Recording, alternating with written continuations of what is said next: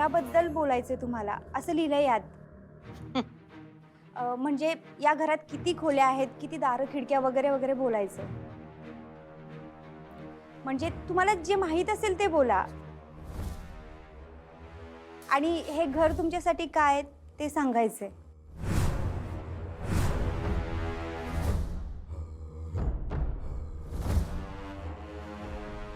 असं आहे वय. म्हणजे आम्हाला बोलायचंय ते बी आमच्या घराबद्दल. बोलू की.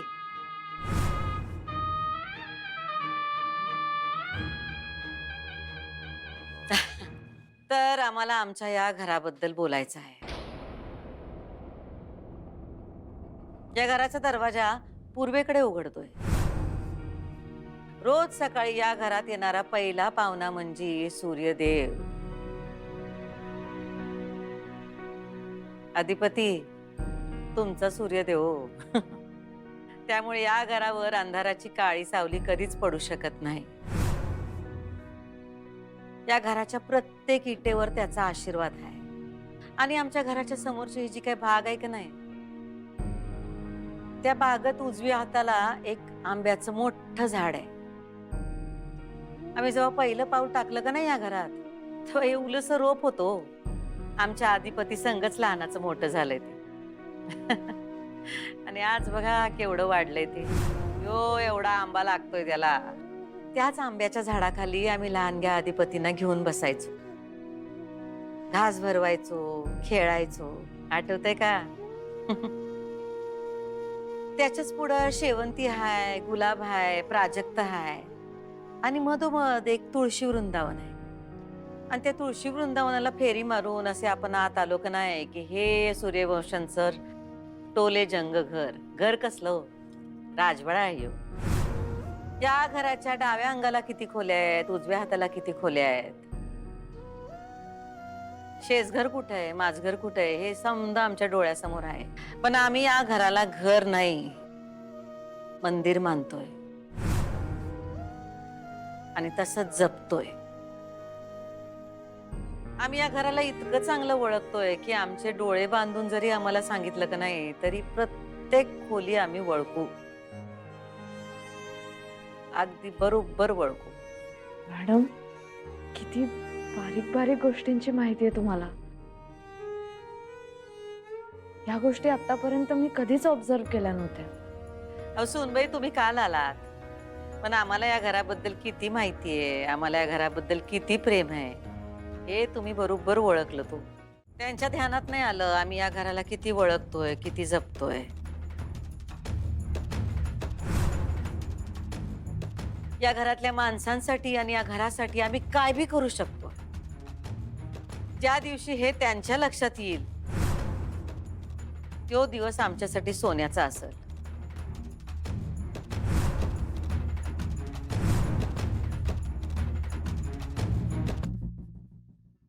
अगे सांग ना तुझी इच्छा काय आहे ते. तुझी काय इच्छा आहे ना हे ऐकायची आता माझी इच्छा आहे. तेव्हा तुझी इच्छा सांग. काय हो, तुम्ही ओळखायला हवं ना. तवरून ताकभात शिक्षक म्हणे. अगं पण तू कधी त म्हणालीस? ओ उगाच फालतू विनोद करू नका. आता दोघे ना एकमेकांच्या प्रेमात पडली आहेत. छान संसार सुरू झालाय. आता काय अपेक्षा असणार आहे माझी. अहो आता की नाही घरात पाळणा हलायला हवाय. घरात जसं गोकुळ व्हायला हवंय. नातवंडांना अंगा खांद्यावर खेळवण्याचं सुख काय असतं ते शब्दात नाही ना सांगता येणार. अगं पण तू कधी नातवंड खेळवलीस? अहो असं का बोलताय तुम्ही? बघतो ना आपण दुसऱ्यांचं. तुम्हाला हौस नाहीये का नातवंडांची? आहे ग, मी गंमत करतोय. तू आता म्हणालीस ना तर अशी 2-4 नातवंड ना दुडू दुडू पळत येताना दिसली मला. हे बघा, तुम्ही स्वतः मनाने ठरवू नका 2 आणि 4 ते. आधी आपण अक्षराशी अधिपतींशी बोलूया त्या विषयावर. हे बघ, हा त्यांचा प्रश्न आहे. तो त्यांचा त्यांनाच सोडवू दे. आपल्याला नातवंड खेळवायची म्हणून आपण त्यांना नको बोलायला. त्यांचं असेल काहीतरी प्लॅनिंग, त्याप्रमाणे होऊ देत सगळं. तसं नाही. हे बघा ना, काही गोष्टी वेळेवर झालेल्या बऱ्या असतात हो.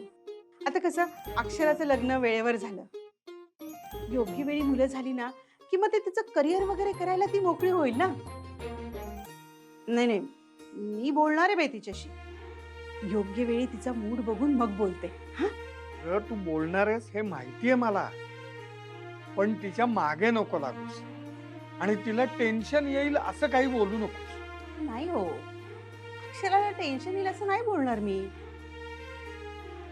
आता फक्त हिराची काळजी वाटते. तिचं टेन्शन कधी संपायचं? झालंय आमचं बोलून झालंय. जे काही सांगायचं होतं या घराबद्दल झालंय सांग. किती छान बोलला तुम्ही मॅडम.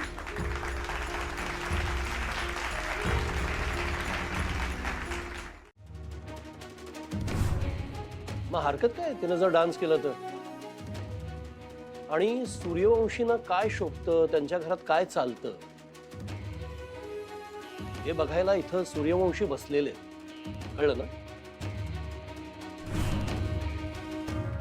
हे काय बोलावं याचा पोच नाहीच आहे, किमान गप्प बसच आहे. नाही म्हणजे ते तसं नाही. अगं ए, तू गप की जरा.